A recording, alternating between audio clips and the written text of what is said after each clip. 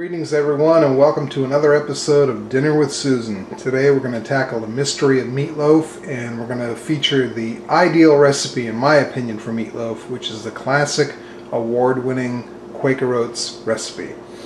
You want to start with the best quality beef you can get, which means you do not go to your local chain supermarket and buy any kind of ground beef.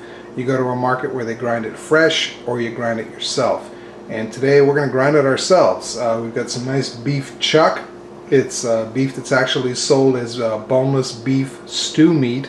We're going to grind this ourselves, and we're going to have some beautiful beef to start the recipe with. Okay, here's the beef we're starting with, and as I mentioned, this is chuck. This is generally sold as beef stew meat. We're going to put this in the KitchenAid meat grinder, and that's how we're going to come up with our ground beef for the recipe. Okay, and here's our finished result. This is double ground beef. The reason we do it twice is to get a nice texture, nice consistency, break up the fat.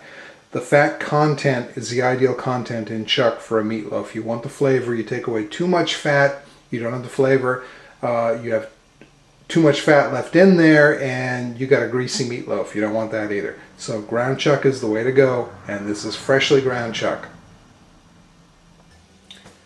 Okay, what we do now is take the ground beef, we take 1 egg, 3/4 of a cup of oatmeal, doesn't matter if it's instant or regular oatmeal, about 1/4 teaspoon of oregano, salt and pepper.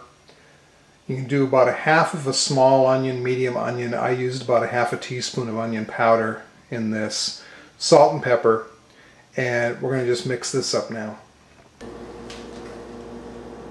Okay, this is ready to go in the oven. We've also got tomato in here. I have 1 can of Campbell's condensed tomato soup. You can use any kind of tomato you'd like. You can use tomato juice, V8 juice, tomato sauce from the can. I prefer Campbell's tomato soup. That's what I grew up eating. That's what I like. And as you can see, we've also got a baked potato here.